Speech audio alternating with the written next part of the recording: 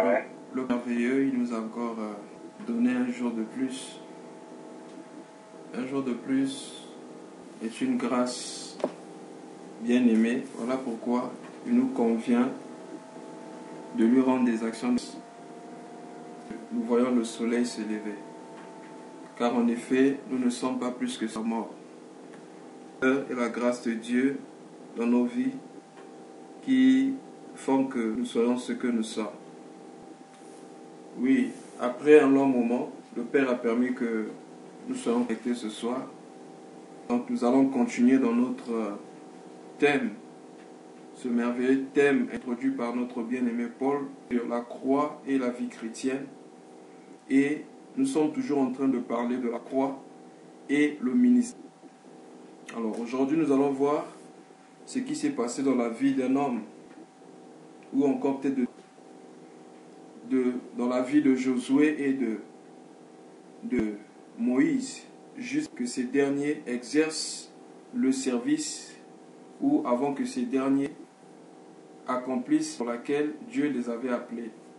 Donc nous prenons rapidement Josué chapitre 5, du verset 13 jusqu'au verset 15. Chapitre 5, du verset 13 au verset 15. Et après nous allons continuer du verset 13 au verset 15. Je lis la parole au nom du Seigneur. Mais comme Josué était près de Jéricho, il leva les yeux et regarda. Voici un homme se tenait debout devant lui, son épée nue à la main. Il alla vers lui et lui dit: « Notre ou de nos ennemis ?»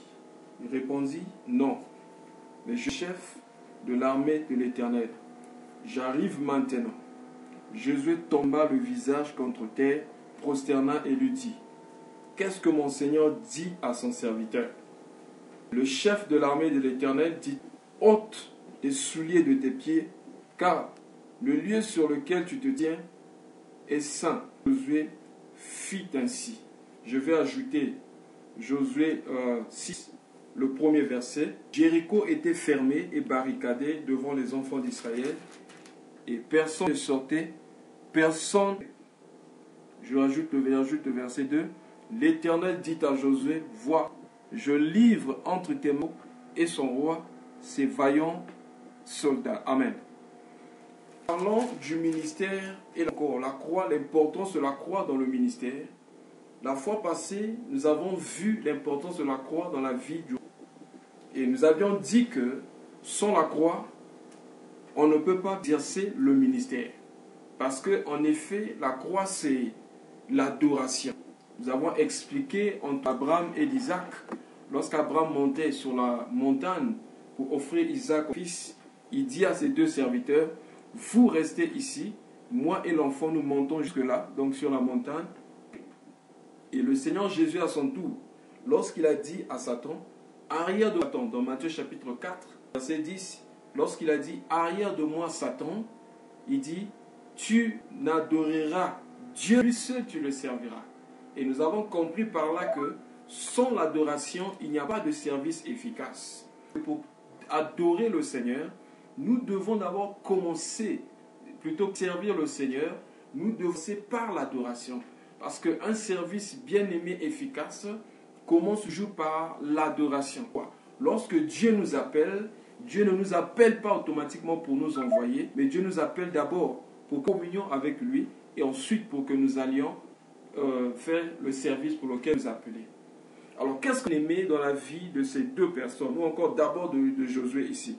Parce que même avec Moïse, le même jour, nous allons commencer d'abord au verset 13.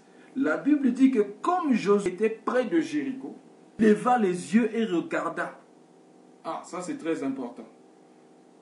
La Bible dit que Josué était près de Jéricho, il leva les yeux et regarda. Les enfants ont déjà reçu la promesse d'aller à Canaan, dans la terre promise, et Dieu avait délivré ses habitants aux enfants d'Israël, et les enfants comment aller pour remporter les victoires. Mais nous remarquons quelque chose ici. Avant que le chef de l'armée de l'Éternel apparaisse un peu plus devant, pour monter une chose, la circoncision. Là-bas, l'Éternel va demander à ce que je circoncis les enfants d'Israël pour une deuxième fois. Nous n'avons pas le temps de voir ça. Nous avons vu ça il y a peut-être où nous parlions, non pas 2 mois, peut-être 5 mois, où nous parlions de Gilgal. Nous avons remarqué là-bas que d'Israël, pendant qu'ils venaient, ces rois avaient peur d'eux. Mais les enfants d'Israël n'ont pas attaqué. Dieu dit, bien que le roi ait vous, ce que vous devez faire, vous devez d'abord commencer par faire la circoncision. Donc c'est le dépouillement de la chair. La circoncision, c'est lorsqu'on enlève la chair pour que l'esprit apparaisse. Après la circoncision, on arrive maintenant au verset 13. Lorsque Josué leva les yeux et voici, un homme se tenait debout devant lui. Bien aimé dans le Seigneur. En temps normal, pour voir debout devant nous, on n'a pas besoin de lever les yeux. Certains m'en avaient dit, il vit au-dessus de lui, on allait comprendre.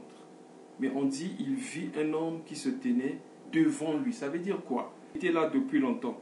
Mais Josué était incapable de voir cet homme parce que Josué regardait vers la terre. Que Josué leva les yeux, il eut la capacité de regarder, de voir cet homme qui était au-dessus. Bien-aimé dans le Seigneur. Pour être capable de voir les choses invisibles, nous devons commencer par Dieu vers le ciel. Lever nos yeux vers Dieu afin de voir les choses selon le point de vue de Dieu. Le spirituel s'ouvre, bien-aimé dans le Seigneur, lorsque nous levons nos yeux. La plupart, lorsque nous demandons des orientations, nous demandons des signes à Dieu, lorsque nous demandons des choses à Dieu, quelquefois nous sommes incapables de les voir, entendre la voix de Dieu, simplement parce que nous passons plus notre temps à regarder vers le bas. De regarder vers le bas ici, je suis en train de parler de regarder vers la création, vers l'homme, vers la créature.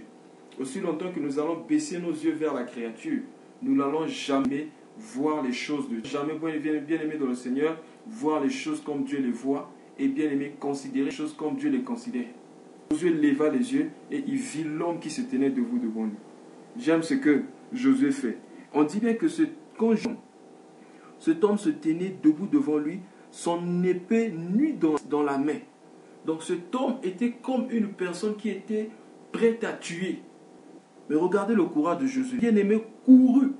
On dit, il alla vers lui. C'est très important. Là, exige aussi le courage. Lorsque nous voyons, bien-aimé, les choses selon Dieu, nous comprenons que bien éternel et rien, bien-aimé, ne pourra nous nuire. Voilà pourquoi Josué est parti vers celui qui avait l'épée dans sa main. Josué est parti, on peut dire, vers la mort. Parce que, bien-aimé, lorsque nous sommes en Dieu, nous devenons invincibles. Lorsque nous devenons bien-aimés dans le Seigneur, éternel. On ne peut pas mourir. Voilà pourquoi le Seigneur dit, celui qui croit en moi vivra. Et celui qui croit en moi, s'il meurt, celui qui croit ne peut jamais. C'est pourquoi, bien-aimé dans le Seigneur, lorsque tu regardes ta vie selon le point de vue de Dieu, tu vas comprendre que tout ce que tu croises autour de toi, bien-aimé dans le Seigneur, ne pourront pas t'arrêter. Tu vas comprendre que tout ce que tu vis, bien-aimé, est avec toi. Et si tu comprends que Dieu est avec toi, tu vas parler comme Paul qui disait, j'ai l'assurance que toute chose concourt à ceux qui aiment Dieu. Il dit, nous savons du reste. J'aime ce que Paul dit. Il dit, nous savons du reste que toute chose concourt de ceux qui aiment Dieu. Qui peut parler comme ça? C'est celui qui sait qu'il est avec Dieu et qui voit selon que Dieu les voit. Dans Matthieu 5, je crois que c'est le verset 7 ou 5. Heureux ceux qui ont le cœur pur, car ils verront Dieu. Le cœur pur. Voilà pourquoi, lorsqu'il avait tout perdu, il n'a pas dit Dieu et le diable a repris. Dieu a donné et Dieu a repris. Alors que c'était le diable qui était sur scène. Mais comme Job voyait les choses selon le point de vue de Dieu, Job comprit que c'était Dieu qui était derrière. Et bien aimé dans le Seigneur, nous marchons avec Dieu. Quel que soit ce qui peut nous arriver, nous savons que Dieu est avec nous. Et comme Dieu est avec nous, nous sommes invincibles. Donc, Josué, la Bible dit, il alla vers celui qui avait l'épée. Alors, celui qui avait l'épée, il dit à celui qui avait l'épée, et lui dit, es-tu des nôtres ou de nos ennemis? Très important. Si cet homme était de leur, c'est-à-dire si cet homme était de leur côté, cet homme était du côté de leur. Regardez la réponse du chef de l'armée de l'Éternel. Il dit non. Non. Mais je suis chef de l'armée, j'arrive maintenant. Gloire à Dieu. quand il voulait faire comprendre à Josué, je ne suis pas des vôtres, donc plutôt, je ne suis pas de votre côté, ni du côté de vos ennemis, mais c'est à vos côtés. Vous savez pourquoi il nous arrive souvent de faire plusieurs dans la vie, ou de manquer plusieurs choses, parce que nous voulons que Dieu fasse comme nous voulons. C'est-à-dire qu'on commence la chose et on demande à Dieu de mettre sa main. Bien aimé, Dieu ne fonctionne pas comme ça. Nous devons prier comme le Seigneur Jésus-Christ. Non pas ma volonté, soit faite. Alors cet homme était en train de dire à Josué, je ne suis des vôtres, pas plutôt, je ne suis de votre côté, ni de leur côté, mais si vous voulez vaincre, vous devez venir de mon côté. Mais non, quand cet homme dit, non, Josué comprit que c'était l'Éternel qui lui parlait. Voilà pourquoi vous allez remarquer, verset 2 là-bas, on dit l'Éternel dit à Josué. Donc Josué comprit que c'était en réalité qui lui parlait. Donc quand cet homme dit je viens maintenant, Josué comprit que c'est celui qui avait parlé. Donc bien aimé, vous imaginez, depuis Josué 1 jusqu'à la fin de Josué 5, l'Éternel ne s'était pas révélé à Josué comme il s'est révélé à Moïse. Il dit, tout lieu que la plante de tes pieds, je te le donne, on pourrait avec toi, comme j'étais avec mon serviteur Moïse. Bien aimé, tout ça, Josué l'avait entendu, mais Josué n'avait pas encore vu la mission de l'Éternel en face. Mais quand le chef de l'armée de l'Éternel dit, je suis le chef de l'armée de l'Éternel, je viens maintenant, il sut que c'était Dieu. Et bien aimé, qu'est-ce qui s'est passé? Il dit, Josué tomba le visage contre terre. L'adoration. On reconnaît celui qui a croisé Dieu. On vit dans la présence de Dieu par l'adoration. Le geste bien aimé de tomber le visage contre se prosterna. La Bible dit d'abord, il tomba le visage contre terre, virgule, se prosterna. Gloire à Dieu. Les deux choses. C'est Dieu, bien aimé, on reconnaît celui qui a croisé Dieu par ces deux mouvements. Tomber le visage contre terre. Que c'est ça contre terre? Bien aimé, celui qui croise Jésus dans ta vie, il va parler comme Jean-Baptiste. Il faut qu'il croisse et que je décroisse. Lorsqu'on tombe le visage contre terre, cela signifie que je ne suis rien, Jésus-Christ. Lorsqu'on tombe le visage, on baisse le visage vers la terre, cela signifie que je ne suis même pas digne de le bien aimé. Lorsque Jean a vu l'agneau qui était là comme immolé dans Apocalypse chapitre 5, la Bible dit que les vieillards, tous bien aimés, jetaient leur couronne. Bien aimé, quand on dit se prosterner, c'est-à-dire que doit tomber. C'est-à-dire que si le couronne doit tomber, bien aimé, par terre. C'est ça l'adoration. Lorsque nous approchons de Dieu, ne doit avoir sa couronne sur ta tête. Lui seul est digne. L'agneau. Voilà pourquoi dans Apocalypse on dit qu'il était entouré, bien aimé. Il était au milieu des 4 êtres vivants. Il était encore au milieu bien aimé, du groupe des autres anges. Donc le Seigneur Jésus-Christ l'a immolé. C'est pourquoi c'est lui qui est le centre. Voilà pourquoi il tomba le visage contre terre, se prosterna en signe d'adoration. Et bien aimé, comment reconnaître celui qui adore Dieu? Regardez, il dit, qu'est-ce que mon Seigneur dit à son serviteur? Voilà comment reconnaître un adorateur. Un adorateur à la présence de Dieu pour dire, Seigneur, fais-moi ceci.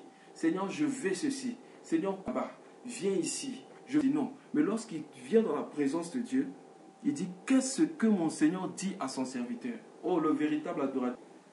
Lorsque Ésaïe prophétisa sur lui, dans Ésaïe chapitre 50, verset 4, il dit, veille mon oreille, chaque matin tu éveilles mon oreille, afin que j'écoute, comme écoutent les disciples. Voilà. Lorsqu'il va dans la présence de Dieu, il ne va pas pour demander, mais il va d'abord pour écouter. Et bien aimé, lorsque Dieu parle, la première des choses qui doit sortir de la bouche de Dieu concerne ceci, le verset 15. Et le chef de l'armée de l'Éternel dit à Josué, c'est là maintenant nous parlons du ministère. Et le chef de l'armée de l'Éternel dit à Josué, soulier de tes pieds, car lequel tu te tiens est un lieu saint. Bien-aimé dans le Seigneur, avant que Dieu envoie quelqu'un, Dieu fera toujours la même chose. Il fit les souliers, parce que Moïse aussi avait expérimenté la même chose. J'ai béni le Seigneur de la façon dont utilisait notre bien-aimé Elgo pendant qu'il conduisait la prière. Et Elgo parlait de Moïse. Moïse avait expérimenté la même chose. On dit que Moïse avait un troupeau derrière la montagne, plutôt derrière la montagne. Je crois que c'est sur ou derrière la montagne.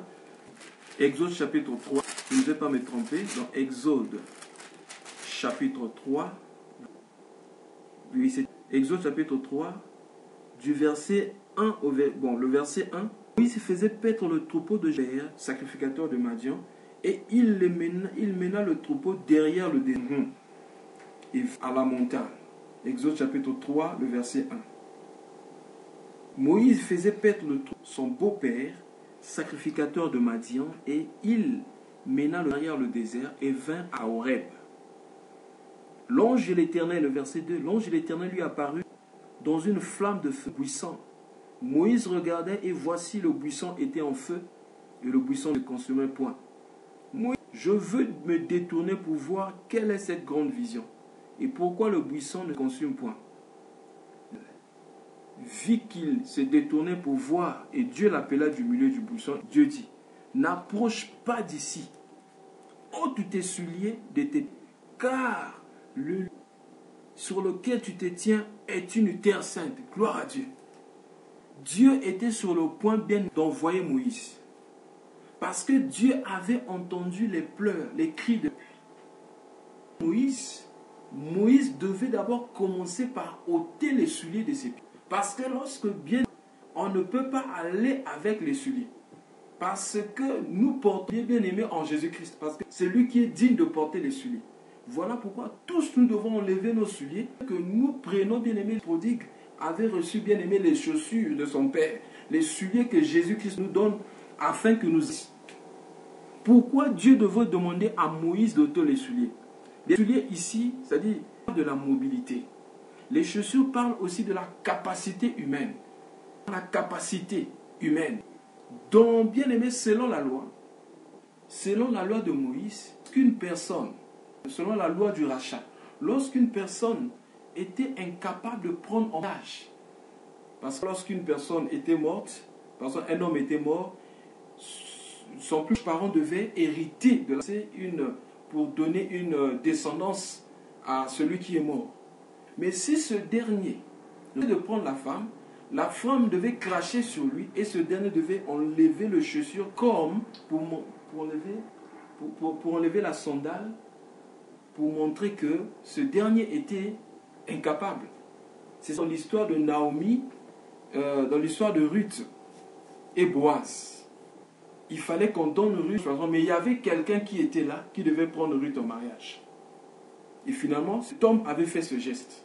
Comme Moïse, bien aimé dans le Seigneur, il était aussi incapable, parce que la loi n'a pas été capable, la loi n'est de nous emmener, bien aimé, à la perfection.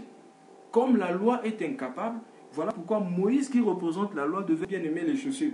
Donc, les chaussures parlent, comme je disais, la mobilité, les capacités humaines. Si tu veux rater, si tu veux bien aimer l'échec dans le ministère avec les moyens naturels, mets ta confiance dans le moyen naturel, tu ne pourras jamais accomplir des missions. Bien aimé, les missions divines s'accomplissent avec les moyens divins. Voilà, même David, lorsqu'il devait aller combattre Goliath, la Bible dit que Saül avait pris son armure. Il a pris son armure, il a fait porter David. Comme David n'a pas pu bien aimer même se déplacer avec ça. Il dit, je ne suis pas habitué, accoutumé à ça. Mais pour frapper Goliath, David n'avait pas besoin de la grosse épée ou encore la cuirasse de Saül pour frapper Goliath, mais une pierre. Gloire à Dieu. Dieu accomplit souvent les événements les plus attendus par les personnes les moins attendues. Souvent, les victoires de Dieu arrivent souvent par les moyens les moins attendus. Saül avait son épée, il n'a pas pu vaincre Goliath. Mais David a utilisé une pierre. Bien aimé, c'est ça la façon. Voilà pourquoi lorsque Dieu appelle un homme, Dieu veut d'abord dépouiller l'homme de tout ce qui est humain. Et ça, c'est bien aimé de la croix. La croix, bien aimée, enlève la chair, la confiance dans l'homme, l'intellectuel. La confiance, bien aimée, dans nos capacités, nos muscles. Comme je disais la fois passée, la croix. Car il est écrit dans le livre des Actes des Apôtres, c'est Actes chapitre 7, verset 4. Quand Étienne parle de Moïse, il dit c'était un homme qui était instruit selon la loi égyptienne. Et il était puissant en acte. Malgré sa puissance, il n'était pas prêt pour Dieu. Voilà pourquoi, bien aimé dans le Seigneur, là actuellement, c'est parce que plusieurs personnes pensent qu'on peut étudier Dieu à l'école en faisant théologie. Des gens vont faire théologie, ils sortent avec des diplômes, master en théologie, on dit il est prêt pour le ministère. Oui, prêt par rapport aux hommes, par rapport à Dieu. Pour Dieu, pour être prêt, il faut passer par la croix, la circoncision du cœur. Tu t'abandonnes totalement à Dieu. Tu ne mets pas ta confiance sur ta position sociale, sur tes galons, sur ton argent. Tu ne mets sur tes richesses. C'est ce que l'apôtre Paul dit. Oh, gloire à Dieu, j'aime ce nom. Lisons ça un peu dans Philippiens chapitre 3. Regardez ce que l'apôtre Paul dit. Il dit, d'abord je commence du verset 1. Je prends le verset 1. Ensuite je prendrai 7 et 8. L'apôtre Paul écrit ceci. Il dit, au reste frère, Philippiens chapitre 3, le verset 1, ensuite du verset 7 à 8. Au reste frère, tout dans le Seigneur. Je ne me lasse point de vous écrire les mêmes choses pour vous cela. Verset 7. Mais ces choses qui étaient pour moi des gains, je les regardais comme une perte à cause de l'excellence de Jésus, à cause de l'excellence de Christ. Et même je regarde tous comme une perte à cause de la connaissance de Jésus-Christ, mon Seigneur, pour lequel j'ai renoncé à tout. Et je les regarde comme afin de gagner Christ. Afin de gagner Christ, afin de servir Dieu, afin de servir dans le royaume, regarde tout comme une perte. Et de quoi Paul parlait-il? Paul a parlé d'abord de sa position. Il parle d'abord de sa position. Comme étant circoncis. Hein, verset 4, il dit, moi aussi cependant, j'aurai sujet de mettre ma confiance en la chair. Si quelque autre croit pouvoir se confier en la chair, je le peux bien davantage.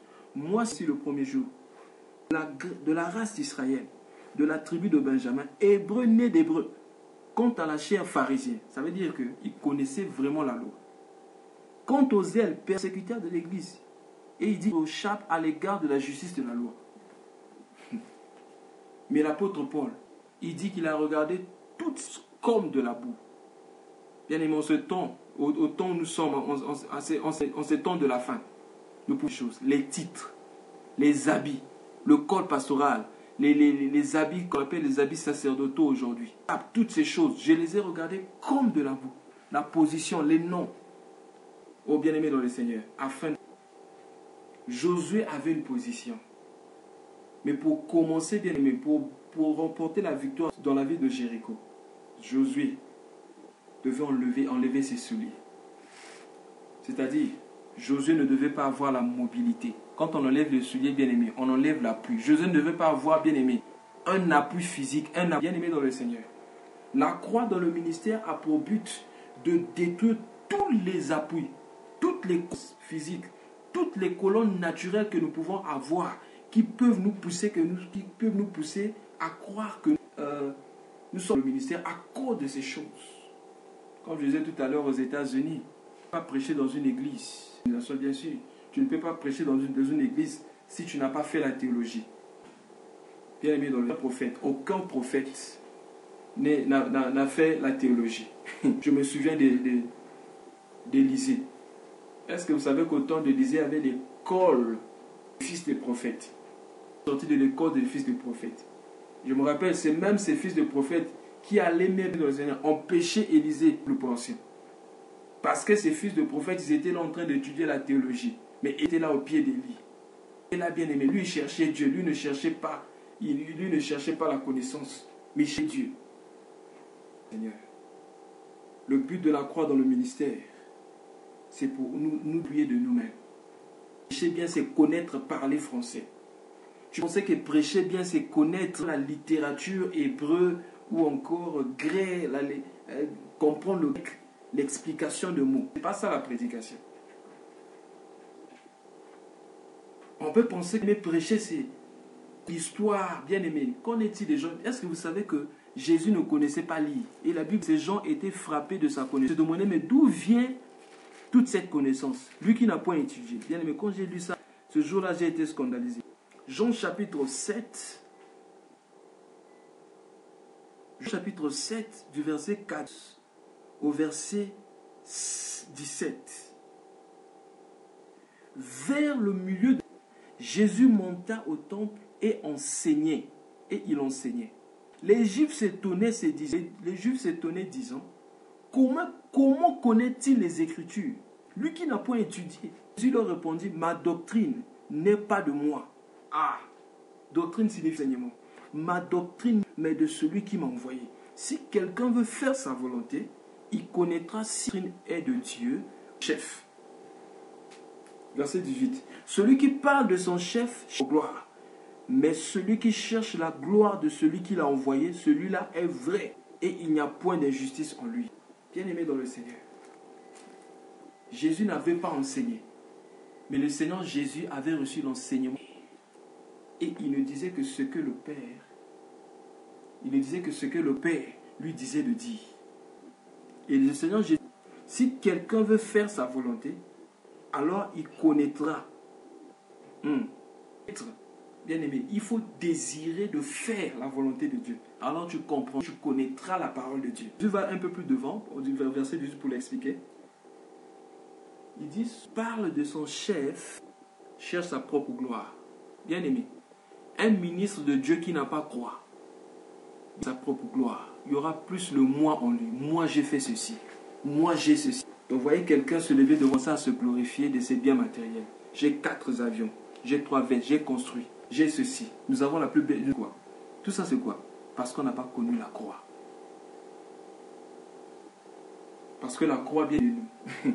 Parce que la croix nous fait rentrer bien aimés dans le Saint des Saints. Vous savez, lorsqu'on rentre dans la présence de Dieu, là-bas il n'y a plus rien. Tout ce qui compte c'est Dieu. Et un ministre de Dieu qui a connu la croix dans sa vie, tout ce qu'il fera, tout ce qu'il sera pour la gloire de Dieu. Que le Seigneur nous aide et qu'il nous bénisse ce soir. Que Dieu nous appelle à accepter la croix, de marcher par rapport à la croix, de faire sa volonté en ce temps. La Bible dit la nuit est avancée, le jour approche. Voilà pourquoi nous devons nous dépouiller des œuvres des ténèbres, du moins, la recherche de la gloire des hommes. Nous dépouiller de toutes choses, afin que nous Christ. Et lorsque nous serons revêtus de Christ, nous chercherons que la gloire du Père. Parce que le Fils glorifie le Père.